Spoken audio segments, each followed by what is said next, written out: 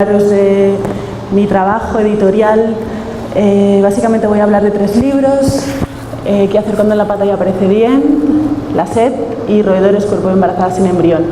Como veréis, no son libros ilustrados, sino que son libros en los que la imagen y el texto se dan la mano. Son libros en los que, si prescindimos de una de las dos disciplinas, el libro se queda cojo. Lo que veis aquí detrás es una algrafía. Es un fragmento de una grafía. Una grafía es una técnica de grabado que después pasaré a explicaros. Y esto va a ser un poco difícil porque no puedo pasar las diapositivas y voy a ir pidiendo que las pasen, por favor. ¿Qué hacer cuando en la pantalla parece bien? Es mi primer libro, es un libro de relatos. Es un libro que a mí me ha dado muchísimo. Me ha dado un altavoz y me ha dado un bofetón. Es un libro que encierra varias historias ilustradas de una manera preciosista. Es mi libro que más se ha vendido. Yo siempre digo que creo que es el libro que más se ha vendido porque es el libro que no se ha leído. Creo que este altavoz que me dio y este bofetón que me dio fueron un punto de inflexión en mi carrera porque me hicieron entender muchas cosas. La primera de todas ellas es que esta igualdad de género que se me prometió desde pequeña es mentira. La segunda, que vivimos en un contexto que tiende a encasillar, a mutilar, a encorsetar, a evitar que cualquier autor o autora, cualquier persona, pueda mostrar que es poliédrica. Y la tercera, y creo que, no, la más importante es la del género, pero otra característica importante es el hecho de que me hizo estar muy alerta al diálogo entre forma y contenido. Es muy importante cuando estamos trabajando proyectos editoriales o cualquier tipo de proyectos comunicativos que estemos atentos a la forma y al contenido. Últimamente, cuando me preguntan sobre uno y el otro, ¿no?, sobre qué sacrificaría, lo tengo muy claro. Para mí es muy importante aquello que se quiere comunicar. Yo no creo en ningún tipo de arte que no se comprometa con el contexto y que no esté comunicando. De hecho, creo que cualquier tipo de arte, incluso el de aquella persona que dice que no está comprometida con el contexto, es político, ¿no? Y aquella persona que dice que no se está comprometiendo se está colocando en el lugar menos interesante, ¿no?, o que la define de un modo, del peor modo posible.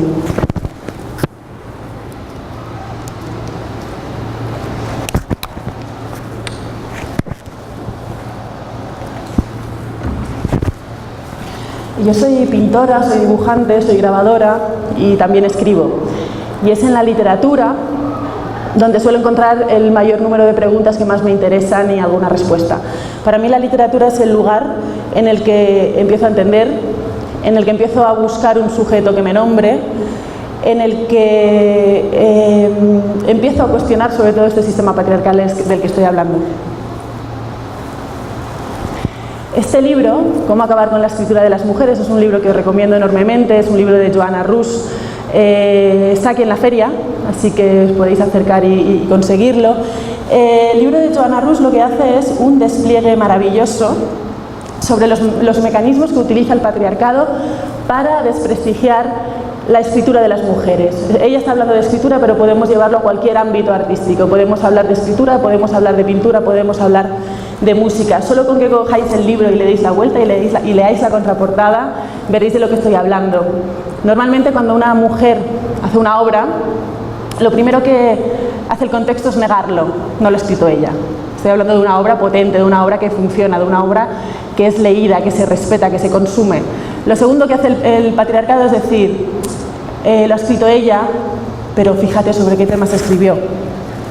Sobre el dormitorio, sobre la cocina, sobre otras mujeres. Esto lo que nos hace ver también es cómo se nos dice que mientras vosotros utilizáis la autobiografía y estáis hablando de la condición humana, nosotras utilizamos la autobiografía y somos confesionales, somos egocéntricas. Yo creo que es importante subrayar y repetir todo el tiempo que aquello que hacemos las mujeres es igual de universal que aquello que hacéis los hombres, que nosotros también estamos hablando de la condición humana y que es muy doloroso ver cómo hombres y mujeres nos estamos perdiendo la experiencia de más de la mitad de la población. La contraportada sigue diciendo, lo escribió ella, pero solo escribió uno, pobre. O lo escribió ella, pero con la ayuda del señor que tenía al lado. Esto también es importante tenerlo en cuenta. Normalmente a nosotras se nos define en relación al hombre que tenemos al lado. Es muy importante que empecemos a ser conscientes de que tenemos que definirnos únicamente con respecto a nosotras mismas. No sé si os habéis dado cuenta simplemente abriendo un periódico, ¿no?, de esta actriz maravillosa que es maravillosa porque la descubrió este señor, o de esta gimnasta espléndida que es espléndida porque la entrenó este señor, o de esta escritora maravillosa Mary Shelley, ahora volveré a Mary Shelley, que escribió sobre ciencia porque su marido entendía mucho sobre ciencia. Hay más argumentos, ¿no? Lo escribió ella, pero alguien le ayudó, es el que acabo de decir. Lo escribió ella, pero es una anomalía, como con Virginia Woolf, por ejemplo. Creo que esto que tenemos aquí detrás ilustra perfectamente lo que estoy diciendo. Es un fragmento del texto de Joanna Russ que dice lo siguiente: la invisibilidad social de las mujeres, de la experiencia de las mujeres, no es un fracaso de la comunicación humana. Se trata de un sesgo tramado a nivel social que ha persistido mucho después de que la información acerca de la experiencia femenina esté disponible. Es mala fe.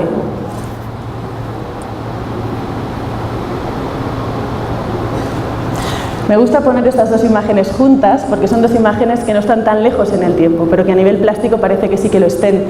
La primera imagen pertenece a un proyecto que se titula Pauline on the Leads. La segunda imagen pertenece a un proyecto que se titula No te acabes nunca.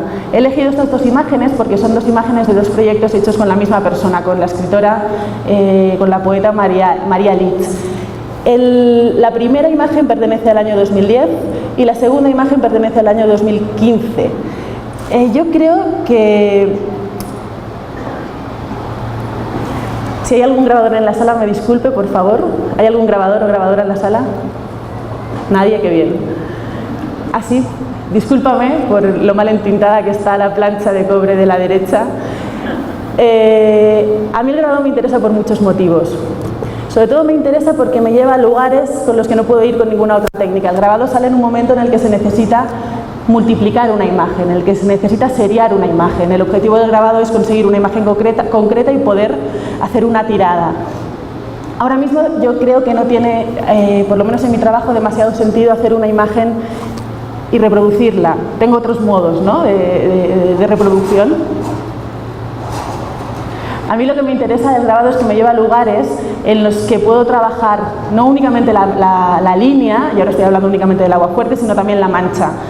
Esta mancha oscura que hay encima de la cara es una mancha que simplemente la tinta colocada sobre la plancha antes de estamparla. Si os fijáis, veréis que aunque sea la misma mujer la que está hablando desde dos lugares muy diferentes. La primera imagen es una imagen que está muy vinculada a qué hacer cuando en la pantalla aparece bien. Vuelvo a decir, es un libro que creo que funcionó porque no se leyó. Es un libro que está lleno de agresiones de género, que está lleno de abusos de poder. Es un libro en el que hay golpes, es un libro en el que hay muchas injusticias, pero que está escrito desde el lugar desde el que el patriarcado quiere que una mujer, en aquel momento yo era joven, hable. Hay cierta ingenuidad en esta imagen, porque de hecho si leyerais qué hacer cuando en la pantalla aparece bien, veríais que incluso el lenguaje es tan precisista, es tan metafórico. Cada vez que lo escribía me quería matar, porque cada vez eliminaba más fragmentos de texto. De hecho llegó un momento que no podía eliminar más y decidí eliminar todos los adverbios, porque realmente estaba presentando a una mujer que estaba en el esqueleto, que estaba absolutamente en los huesos y quería que el texto también estuviera en los huesos. Con la exposición hice lo mismo. Creo que es importante tener en cuenta que no todo vale y que los procesos necesitan su tiempo de gestación. En la palabra hay poda, pero también hay poda en la imagen. Santiago de Chile, marzo de 2016. Las pinturas y grabados que presento en esta exposición anticipan La Sed, el nuevo proyecto editorial en el que estoy trabajando. Un libro caótico, repleto de voces de mujeres, en la obra de las cuales he encontrado refugio y aliento. Anne Sexton es una de ellas. Y llegas a perforarme en el blanco de mi sed, intenta traducir en imágenes el acercamiento a unos poemas bañados de dramatismo, llenos de sangre, huesos, picos, sombras y alguna que otra almeja, consumida fuera de temporada. Por eso me he encerrado un mes en un taller de grabado cerca del fin del mundo, para trabajar en esta exposición y en parte del futuro libro, porque necesitaba aislarme y dotar a estas imágenes de la dureza y la fuerza que se consigue con los aguafuertes. He elegido el óleo y el cobre porque quería imágenes que exigieran un proceso lento, que huyera de la inmediatez a la que estamos sometidas, que se estableciera un diálogo intenso e íntimo entre ellas y yo. Un diálogo que empezara antes de dibujar, ya en el momento de elegir la plancha de cobre, marcarla y cortarla con la cizalla manualmente. Las que presento son imágenes dibujadas con puntas de acero, grabadas a golpe de baño de ácido, estampadas sobre el papel a fuerza de ser reventadas contra un tórculo. Las líneas, cuidadosamente dibujadas, anuladas por la fuerza de la mancha y del azar en el momento de la estampa. Las pinturas juegan al mismo juego. Están, pero no están. Se construyen con planos duros y se eliminan con barridos volátiles de aguarrás. Hay presencias que solo las intuimos por sus globos oculares. Otras que aparecen metamorfoseadas en animales con alas o en órganos humanos. Algunas son solo sombras que tienen una sed insaciable por ser carne y restregarse contra una carne ajena. Bienvenidos a la antesala de mi siguiente libro. Vamos a pasar rápidamente una serie de pinturas y de grabados. Ve pasando, ya te digo cuando...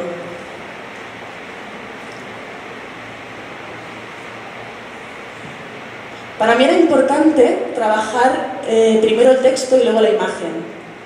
Cuando lleguemos a una diapositiva que pone madres, paramos, mientras ir pasando.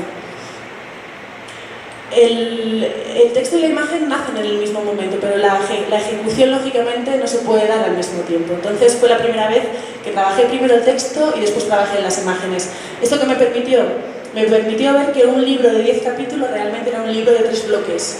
Era un libro en el que había una primera parte muy dura, muy estricta, muy encorsetada, que podía resolver con una técnica muy dura, que es la del aguafuerte, con esas líneas, como os he dicho, grabadas con ácido, estampadas con un tórculo, con una prensa. La segunda parte era narrativa. Esto me permitía elegir el dibujo para narrar. Casi hice un trabajo de viñetaje. Y la tercera parte, la última, es muy abstracta y para ella me sirvió la pintura. Estamos viendo pinturas, hemos visto pinturas, grabados, dibujos. También era importante para mí que los 3 bloques no fueran absolutamente obvios y que las técnicas se fueran entrelazando. Habéis visto que había algunas pinturas que realmente no eran pinturas sino dibujos. El hecho de entintar la plancha, señor grabador, discúlpeme otra vez, tan mal, ¿no? Para aprovechar la mancha, el gesto, lo pictórico en un grabado, hace que el aguafuerte se vincule con la pintura. Hay dibujos que se han hecho con una línea muy rígida también, con bolígrafo, ¿no? Y que luego están manipulados con Photoshop poniendo veladuras de grabado. Entonces esto lo que hacía era que las 3 técnicas diferentes fueran dándose la mano. Como os decía, yo cuando encontré a todas estas mujeres fue una revelación absolutamente deslumbrante. Empecé a leerlas con una sed insaciable, por eso se titula La sed del libro, y vi que era muy importante poder entenderme como sujeto, no ser la alteridad. Siempre que leía obras, el personaje femenino aparecía cuando el personaje principal, que era un hombre, necesitaba enamorarse, necesitaba que lo cuidaran, necesitaba que lo amamantaran. Nosotras siempre éramos lo otro, ¿no? Y yo me intentaba identificar con él, pero yo no era él.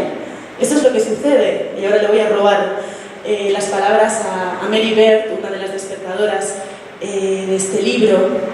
Mary Beard lo dice muy claro. Ella es una mujer, es historiadora, tiene un libro muy interesante que se titula Mujeres y Poder. Es un librito muy breve pero muy potente, y ella habla de cómo las mujeres intentamos acceder al poder adoptando roles masculinos, ¿no? De cómo el poder está tan masculinizado y de que esto es imposible, ¿no? Es imposible que nosotras accedamos a un lugar que no nos tiene en cuenta.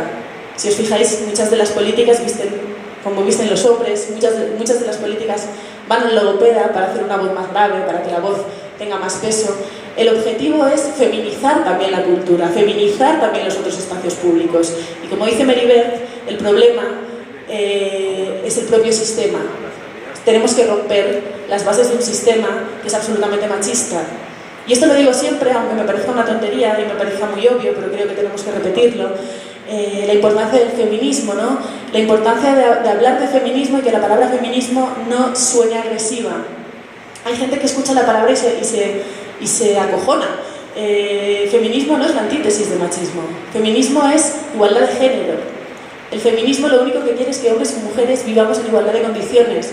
No es una guerra de hombres contra mujeres y de mujeres contra hombres. Es una guerra de hombres y mujeres contra un sistema.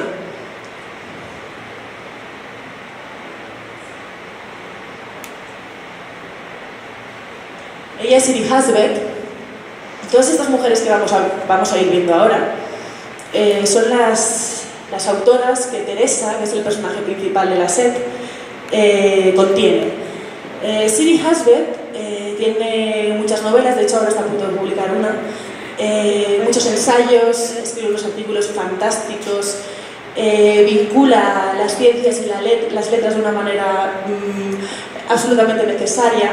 El título del 7º capítulo de la SED bebe directamente de uno de sus libros, de La mujer temblorosa, o Historia de mis nervios. El capítulo 7 de la SED se titula Histeria significa útero. Ella dice lo siguiente: puntualizar su origen, el de la histeria, como una patología puramente femenina asociada a los órganos reproductivos, refleja un antiguo prejuicio contra las mujeres. Pero la historia va mucho más allá de la misoginia. Galeno creía que la histeria era una enfermedad que sufrían las mujeres solteras o viudas privadas de relaciones sexuales, pero no la consideraban una forma de locura, puesto que no tenía por qué llevar aparejados problemas psicológicos. En la Segunda Guerra Mundial, en la Primera Guerra Mundial, aquella guerra tan dura, aquella guerra de trincheras, los soldados en aquellas trincheras se comportaban de la misma manera que estas mujeres histéricas, pero a ellos nunca se les diagnosticaba la histeria. En el momento en el que yo estaba trabajando con la SED, Siri Husband acababa de publicar un libro que se titula La mujer que mira a los hombres que miran a las mujeres. Yo estaba muy pendiente de la promoción que estaba haciendo y me pareció que bueno, cada entrevista era para marcar y para leer y para releer, ¿no? Ella habla de cómo nadie tiene en cuenta el intelecto de una mujer joven y fértil, en cómo para que se nos tenga en cuenta tenemos que perder esa belleza, ¿no? Ese físico que el patriarcado considera atractivo. Hay muchas más perlas, pero como tenemos poco tiempo, salto. Me gustaría decir otra cosa de Siri Husband que se ata con lo que decía al principio sobre cómo las mujeres se nos define con respecto al hombre que tenemos al lado. Hay muchas personas que hasta que no dices Siri Husband, la mujer de Paul Auster, no saben quién es. Estoy segura de que nadie diría Paul Auster, el marido de Siri Husband. ¿Podemos pasar la diapositiva? María Luisa Bombal, La amortajada. La amortajada es una obra muy breve y también muy cargada de significado y llena de cuchillos que se te clavan en las tripas y que te duelen. A mí también me sorprendía. Yo tengo un vínculo muy estrecho con Santiago de Chile. Cuando tenía 20 años no estaba bien en Valencia y pedí una beca al lugar más lejano con el que mi universidad tuviera un convenio. Y este lugar era Santiago de Chile. Yo en Santiago de Chile encontré un refugio y siempre que puedo vuelvo a Santiago. Y es curioso, ¿no? Porque mi refugio es el lugar más inestable que conozco, es el lugar donde la tierra siempre está temblando. Y en este amor que siempre desprendo, ¿no? Cuando hablo de Chile, el dolor, otra vez. Solo leía hombres. Nicanor Parra, Neruda. A Neruda lo leí, ahora ya no lo leo. A Nicanor Parra lo sigo leyendo. Apenas conocía la obra de mujeres, solo conocía la obra de Gabriela Mistral. Y los propios chilenos y las propias chilenas se encargaban de desprestigiarla también. Gabriela Mistral es premio Nobel. Por su condición sexual la desprestigiaban. La llamaban maestra de escuela, esa lesbiana vieja maestra de escuela. Esa lesbiana vieja maestra de escuela es una diosa. Esa lesbiana vieja maestra de escuela es premio Nobel. Entonces, me dolió en el alma no conocer la obra de María Luisa Bombal, por ejemplo, La amortajada, una novela en la que el personaje principal, Ana María, entiende todo el día de su entierro, cuando está en el ataúd y la gente se acerca a mirarla. La novela está estructurada toda en flashbacks, ¿no? Que le hacen recordar esas caras que se asoman a su tumba. Es absolutamente fantástica. Teresa, en la SED, imita todo el tiempo a Ana María. Hay un momento que se palpa una pequeña vesta de receloso en el bolsillo, la saca, es una pistola. se apunta a la sien, se apunta al corazón y acaba disparándole a un árbol. ¿Podemos pasar a la siguiente diapositiva?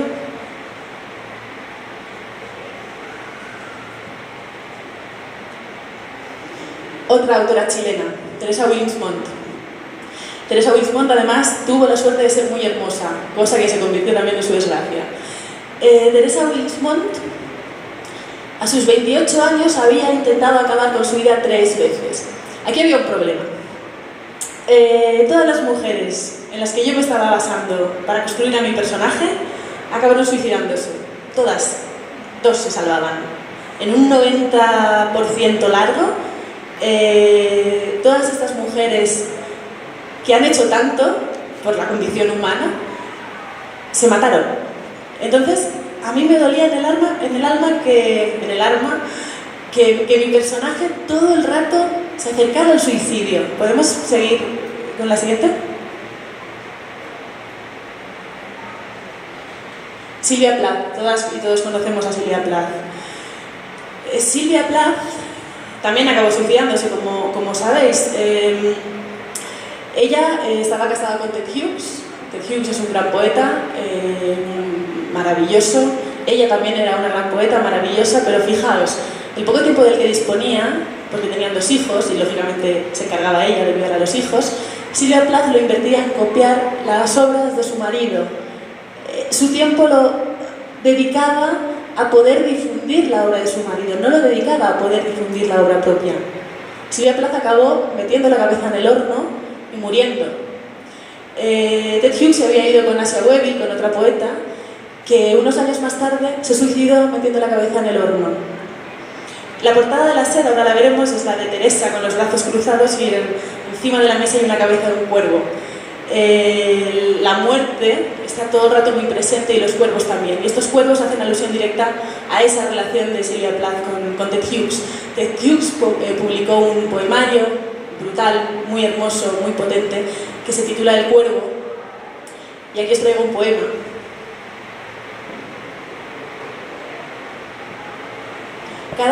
Cada imagen, cada ave que aparece en la SED, a pesar de ser un águila o a pesar de ser un gorrión o a pesar de ser cualquier otro tipo de pájaro, está pintado y caracterizado como cuervo. Este poema pertenece al cuervo y se titula Examen a la puerta del útero. ¿De quién son estas patas huesudas? De la muerte. ¿De quién este rostro quemado e hirsuto? De la muerte. ¿De quién estos pulmones que aún funcionan? De la muerte. ¿De quién esta capa de músculos utilitarios? De la muerte. ¿De quién estas entrañas increíbles? De la muerte. ¿Y toda esta sucia sangre? De la muerte. ¿Estos ojos que apenas ven? De la muerte. ¿Esta lengüecilla aviesa? De la muerte. ¿Esta atención arbitraria? De la muerte. ¿Dado? ¿Robado? ¿O en espera de juicio? Ha sido. ¿De quién es esta tierra pétrea y lluviosa? De la muerte. ¿De quién es todo el espacio? De la muerte. ¿Quién es más fuerte que la esperanza? La muerte. ¿Quién es más fuerte que la voluntad? La muerte. ¿Más fuerte que el amor? La muerte. ¿Más fuerte que la vida? La muerte.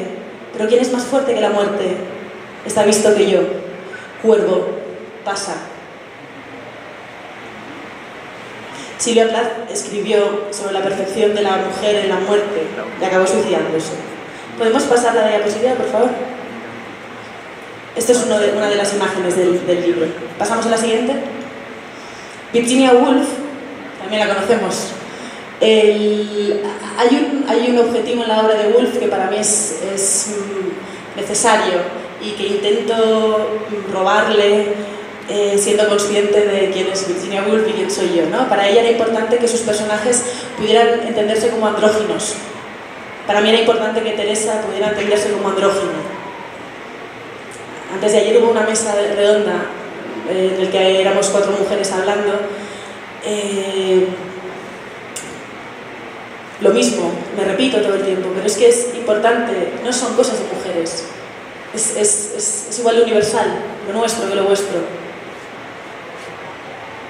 ¿Podemos seguir? Este es un descarte. ¿Seguimos? Yaya es Anne Sexton, uno de los pilares del libro. El primer pilar es Anne Sexton con sus poemas bañados de dramatismo. Yo recuerdo cuando leí por primera vez Anne Sexton, cómo sentí que un cuchillo se me clavaba en las tripas, ¿no? Cómo le agradecí, y ahora ato la sed con roedores, cuerpo de embarazada sin embrión. Cómo le agradecí 15 minutos, madre mía, voy a ir rápido, que me hablara del hecho de parir y rechazar a un hijo. Yo pensaba que eso era muy difícil, ¿no? Que eso era imposible. ¿Cómo vas a tener un hijo y rechazarlo? Se lo agradecí porque entendí que si en algún momento yo tenía un hijo y lo rechazaba, no me voy a sentir tan monstruo, ¿no? La literatura me iba a salvar en ese momento. ¿Podemos pasar dos más? Clarice Lispector. Clarice Lispector es el otro pilar. Hay un poema de Clarice Lispector que dice, hay unos versos que dicen: ¿cómo se explica que no soporte yo ver solo porque la vida no es la que pensaba sino otra? Como si antes hubiese sabido lo que era. ¿Por qué el ver produce una desorganización tal? Para mí era importante que esa pregunta con la que empieza el libro estuviera todo el rato palpitando en el libro, que estuviera todo el rato como una mosca que molesta a Teresa, y que al final del libro Teresa fuera capaz no de responder a esa pregunta porque es imposible, sino de hacérsela. Yo creía que cuando Teresa se hiciera esa pregunta iba a estar más cerca que nunca de esa libertad. Vamos a pasar dos diapositivas más. Otra. Esta es la pared de despertadoras. A mí me parecía horrible, me parecía atroz, me parecía demasiado extensa. Pero estas mujeres me llevaron a otras mujeres, como Chimamanda Ngozi Adichie, que nos habla de cómo tenemos que cuestionar el lenguaje, ¿no? El lenguaje es el depositario de todos los prejuicios contra las mujeres.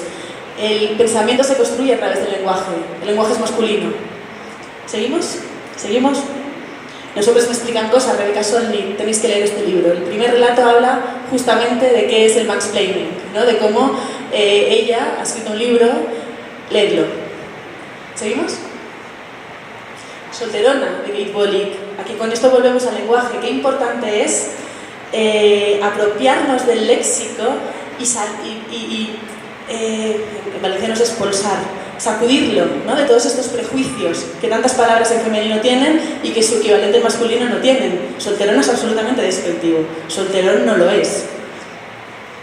Clavícula de Marta Sanz, también nombra el cuerpo. Marta Sanz en Clavícula habla de la menopausia. Vamos a pasar rápidamente todas las imágenes que vienen, la portada de la SED, el vínculo con Chile, el taller 99. Aquí quería un momento, porque no hace falta que pasemos todas las diapositivas. Pasa tú directamente, por favor, a la diapositiva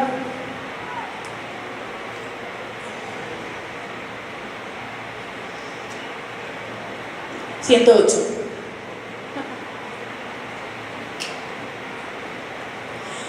Ahora quería explicaros las técnicas, quería explicar por qué el grabado, cuál es el proceso de grabado, por qué la pintura y por qué el dibujo, pero nos lo saltaremos. También cómo el hecho de trabajar primero el texto y después las imágenes me permite cargar las imágenes de otros significados también, ¿no? Cómo me permiten empezar a meter símbolos. Este libro, La Sed, es un libro que habla de la culpa, ¿no? Esta culpa que se nos impone y que no sabemos gestionar, porque realmente no es nuestra responsabilidad gestionar una culpa ancestral que nos ha impuesto un sistema que no nos tiene en cuenta. Esto lo resuelvo a nivel gráfico con una serie de ojos que observan y que juzgan, ¿no? Y que están todo el rato detrás de una zona oscura, de unas tinieblas. O como también me permite el hecho de trabajar después la imagen incluir guiños mitológicos. Hay un momento en el que Teresa entiende que esto es como soluciono la muerte, ¿no? La muerte esta a la que me aboca todas las historias de todas estas mujeres despertadoras. Yo no quería que Teresa se matara. Y al final entendí que sí que tenía que matar algo, que tenía que matar ese yo con el que no podía cargar, porque es un lastre.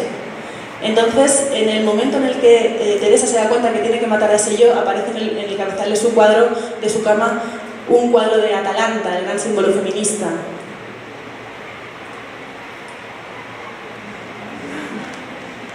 Por favor, ¿puedes poner la diapositiva 108?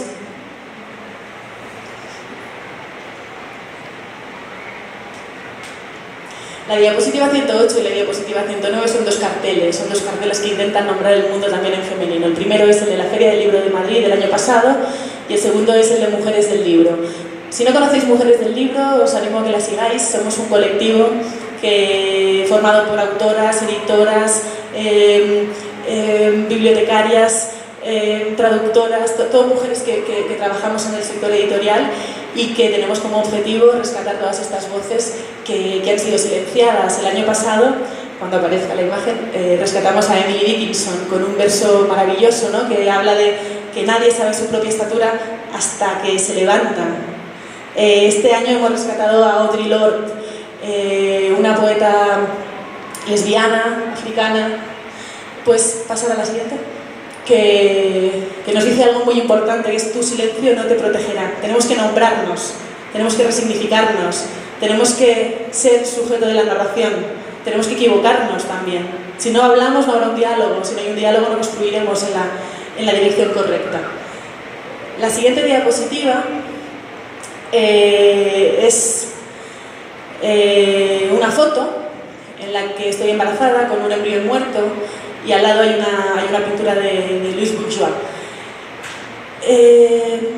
Yo mientras estaba trabajando en la SED, mientras estaba haciendo la promoción de la SED, mientras estaba hablando de todas estas despertadoras, mientras buscaba refugio y aliento en la literatura, mientras veía qué importante era que Anne Sexton hablara de masturbación, hablara de parir, rechazar a un hijo, hablara de sus idas y venidas al manicomio, yo tuve 2 abortos espontáneos. La primera vez, después del primer aborto espontáneo, sentí una culpa terrible, sentí una tara horrible también, y fui muy incoherente con mi discurso porque no lo nombré. Lo nombré la segunda vez, y sé que lo nombré la segunda vez porque tenía las herramientas de la primera vez. La primera vez formé parte de un silencio colectivo que el sistema quiere que exista, y formé parte de ese silencio colectivo porque, como dice muy bien Lina Meruane, desde pequeña me hicieron mal la pregunta. Desde pequeña, no sé cómo desde pequeña, cuando somos pequeñas nos preguntan cuántos hijos queremos tener.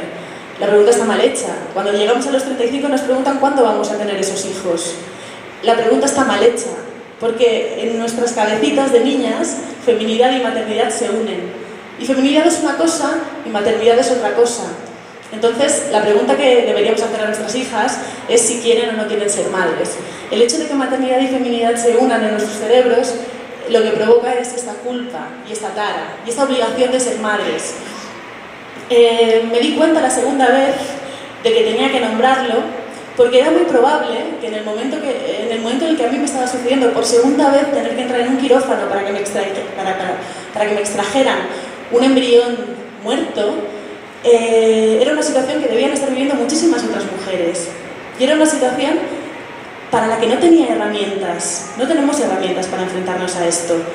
Y es una situación muy grave. Hay mujeres que tienen que parir a un niño muerto. Yo entré en un quirófano, me pusieron una anestesia y salí del quirófano. Pero a partir de unos ciertos meses de gestación te inducen un parto. Y tú tienes que parir a un ser que está muerto.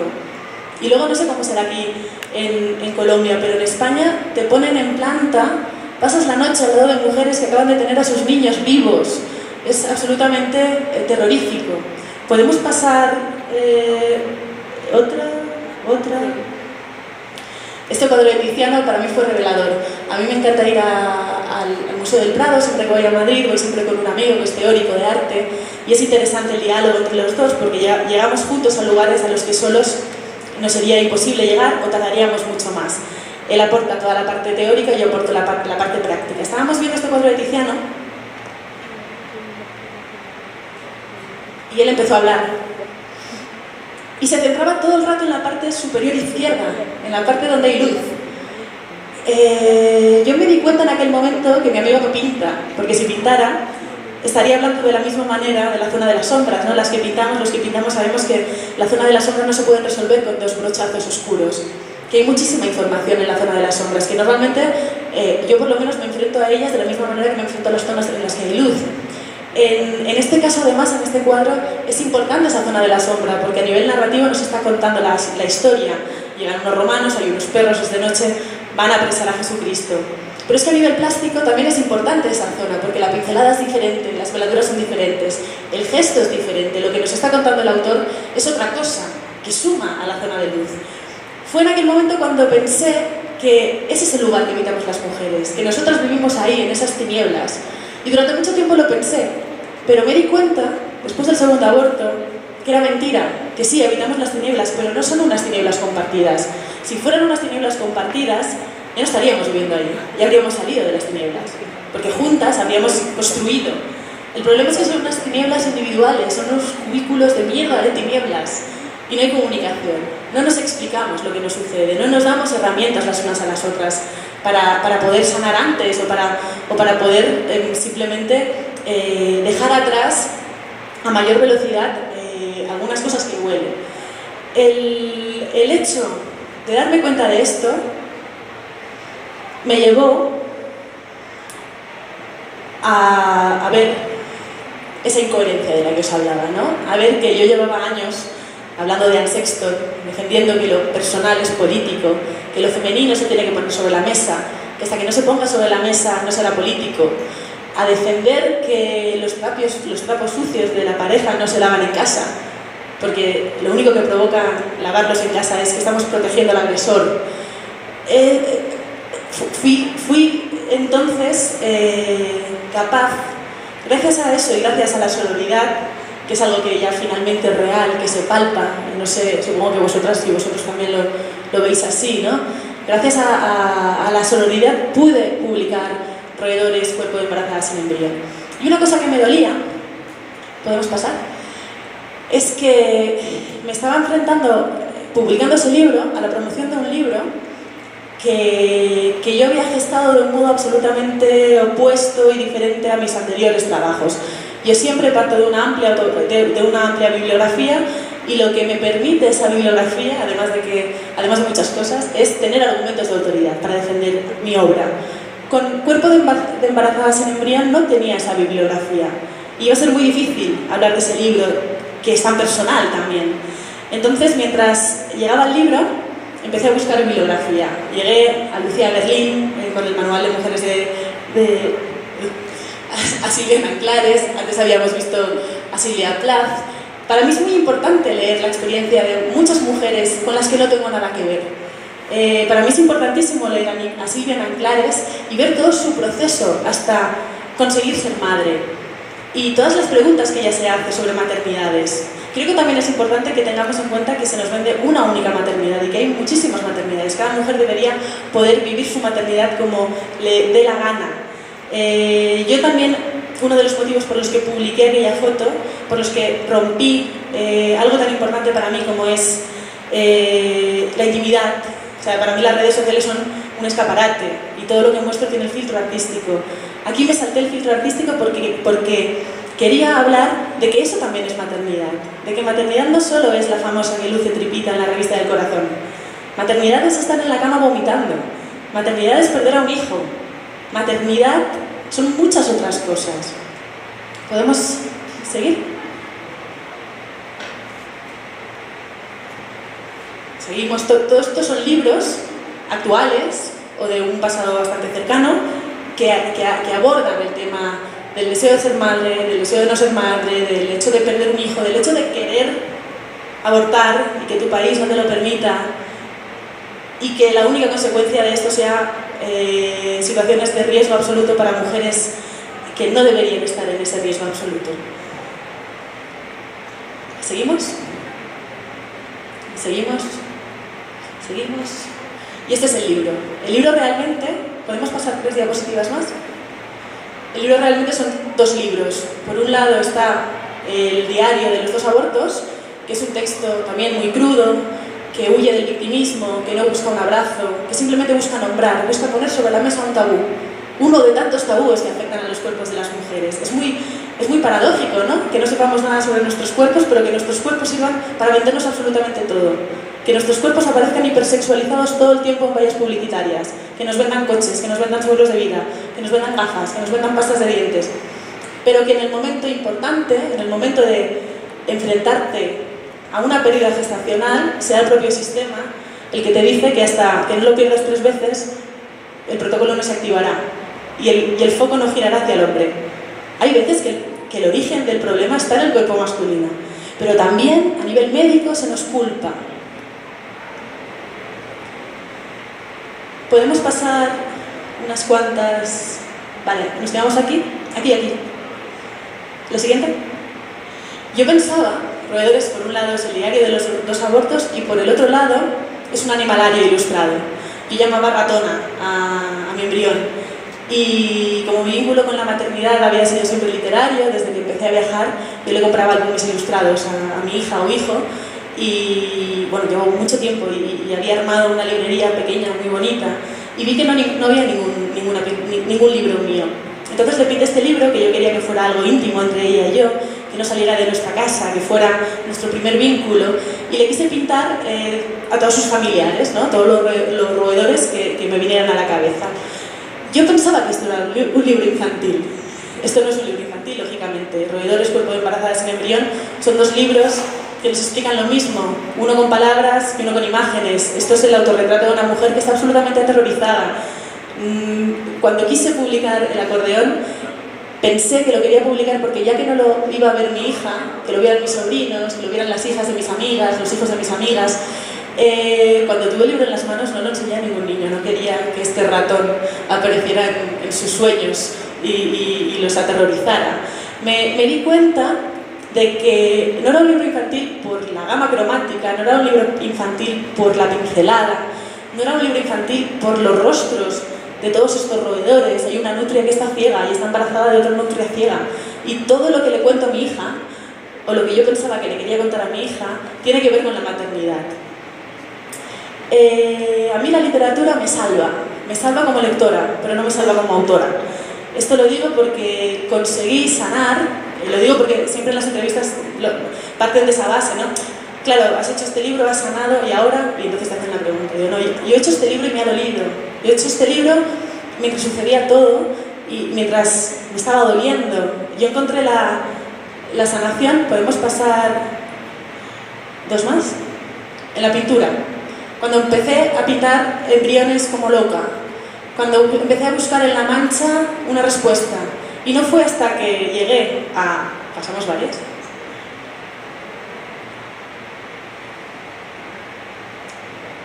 Hasta que llegué a la algrafía, hasta que entendí que si no empezaba a enfrentarme a lo que realmente había sucedido no iba a sanar. Yo pintaba embriones sanos que iban a nacer y lo que yo estaba gestando lógicamente no podía nacer. Eran dos seres malformados, dos seres con malformaciones. Fue el grabado, fue la algrafía el que me dio esa respuesta. La algrafía es una técnica que se trabaja con polvo de tóner y alcohol sobre plancha de aluminio granulado. La propia mancha, al colocarla sobre la superficie, se deforma. Y fue esa deformación la que me llevó a querer investigar sobre las malformaciones. Si puedes pasar las siguientes diapos.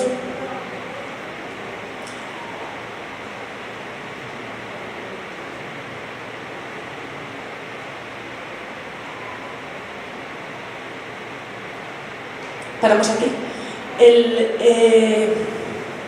Esto también me hizo reflexionar, ¿no? Me hizo pensar por qué no he encontrado la pregunta en el léxico, por qué he encontrado la pregunta en La Mancha. Y leyendo a otras mujeres y hablando con otras mujeres y yendo a talleres literarios con otras mujeres, nos damos cuenta de que lógicamente ese léxico masculino no nos permite nombrarnos. Y hay muchas palabras que todavía no existen, tenemos que construirlas. Mientras las estamos construyendo yo encuentro el refugio en La Mancha. Estos libros que vamos a ver a continuación son libros a los que he llegado después y que me hablan sobre deseo de abortar, abortos, pérdidas gestacionales, preguntas incómodas que tenemos que hacernos. La culpa, una mujer violada no solo tiene que sufrir la violación, sino después el propio contexto la sigue culpando. Y nos quedamos aquí y acabamos. Me di cuenta de que había mucha obra literaria escrita por mujeres que no nos había llegado, que el sistema se había encargado de hacer desaparecer, de silenciar. Pero luego hay otra obra que es imposible que no nos llegue, a quien se le ocurre, ¿no? Silenciar Frankenstein. ¿Qué hace el patriarcado cuando esto sucede? Distorsiona la obra. A mí me parece también muy dramático, me parece absolutamente terrorífico, ya que hablamos de Frankenstein, tener que enterarme, después de haber sufrido 2 abortos espontáneos, cuando estoy haciendo la promoción de mi libro, y gracias a un periodista que también está trabajando sobre el tema de la fertilidad, y de las maternidades, que Frankenstein es un libro sobre maternidades. Este periodista, Álvaro Colomer, me regaló un ejemplar bellísimo de Frankenstein y en la dedicatoria ponía: este es el libro más terrorífico que leerás sobre maternidad. Me puso alerta, ¿no? Frankenstein es muchas cosas, pero maternidad. Cuando cambias el foco, cuando cambias la perspectiva, cuando te acercas a Frankenstein, alerta y pensando justamente en aquella dedicatoria, y luego te preocupas un poco por la biografía de la autora, entiendes lo atroz de ese desvío, ¿no? De esa manera de transformar una obra en otra cosa. Mary Shelley, cuando nació, su madre murió. Mary Wollstonecraft murió de una infección postparto. Mary Wollstonecraft era una feminista inglesa muy respetada. Mary Shelley cargó con la culpa de esa muerte durante mucho tiempo, pero sobre todo cargó con el abandono. Nació y su mamá murió. ¿Qué hace el doctor Frankenstein cuando crea el monstruo? Lo abandona. Mary Shelley tuvo una serie de abortos espontáneos, tuvo un hijo que murió, y Frankenstein nos está hablando todo el rato de esa imposibilidad de creación de vida. Frankenstein es esa imposibilidad de creación de vida unida a ese abandono, y además es todo lo demás que hemos leído. Y Frankenstein es también el personaje creado que habita un contexto que lo escupe. Y eso es lo que nos sucede a las mujeres. Habitamos un contexto que nos escupe. Realizamos el mismo trabajo con un hombre y cobramos la mitad. No se nos permite acceder a lugares de poder. Se nos intenta todo el rato desprestigiar. Pasamos a la última diapositiva. Este texto que voy a usar para cerrar esta charla, muchas gracias por vuestra atención. Gracias por estar aquí. Gracias también por invitarme.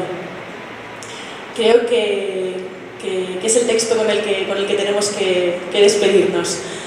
Pertenece al acontecimiento de Annie Ernaux. El acontecimiento es una novela que escribió Annie Ernaux cuando en su país, en Francia, el aborto era ilegal, ¿no? Y habla de un deseo de abortar, y habla de las atrocidades que un adolescente sin apenas medios hace para poder abortar. Es posible que un relato como este provoque irritación o repulsión, o que sea tachado de mal gusto. El hecho de haber vivido algo, sea lo que sea, da el derecho imprescriptible de escribir sobre ello. No existe una verdad inferior. Y si no cuento esta experiencia hasta el final, contribuiré a oscurecer la realidad de las mujeres y me pondré del lado de la dominación masculina del mundo. Muchísimas gracias a todas y a todos.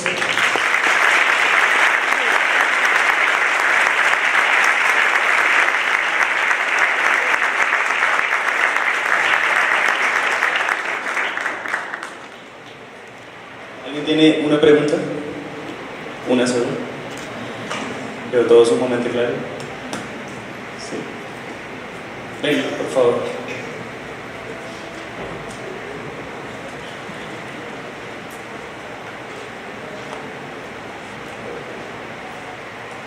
Hola, buenas tardes. Yo quisiera saber tú qué piensas de qué estrategias, tanto desde la literatura como desde el arte, podemos encontrar no solo para legalizar el aborto en distintos países, sino despenalizarlo socialmente. ¿La habéis oído?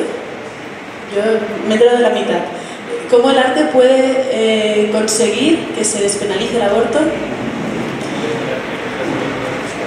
El arte y la literatura son herramientas comunicativas, es lo que decía al principio. Yo no consumo o no me creo un arte que no se cuestione, que no haga preguntas, que no se comprometa con el contexto. Creo que ojalá estemos todos y todas de acuerdo con que lo que sucede en el cuerpo de una mujer es responsabilidad de esta mujer. Yo no entiendo cómo un gobierno puede decidir qué puedo yo o no puedo hacer con mi cuerpo. Los cuerpos de las mujeres han sido el lugar donde el patriarcado ha desplegado todas sus violencias. Había una diapositiva que hemos pasado rápido de Marta Sanz. Ella habla del texto como cuerpo y habla del texto como espacio lleno de violencias. Puedo citar dos momentos de la historia o centrarnos solo en uno, que es muy evidente, la caza de brujas, ¿no? cómo el sistema necesita que las mujeres continuemos mudas, continuemos siendo sumisas, seamos el lugar desde donde se decide si debe haber más habitantes o debe haber menos habitantes. O sea, hay lugares en los que todavía se esteriliza a mujeres. O sea, me parece que es absolutamente atroz. Un país que penaliza el aborto y que no permite un lugar seguro para que se realice a cabo es un país que no tiene en cuenta a las mujeres, porque las quiere muertas.